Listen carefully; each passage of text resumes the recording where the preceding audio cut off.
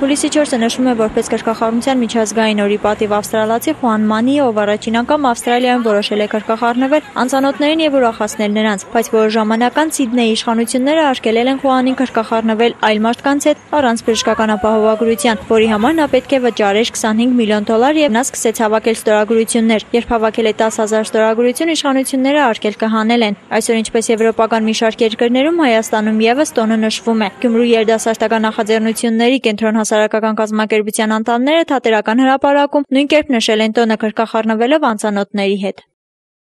Այսօրվա մեր կրկախառնությունը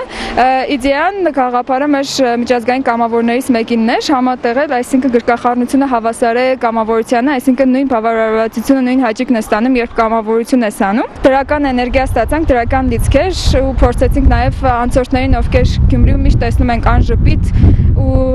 մարդիկ, ովքեր տխուր քայլում են, փորձեցինք նաև ինչ-որ դրական էմոցիաներ, դրական լիցքեր հաղորդել նաև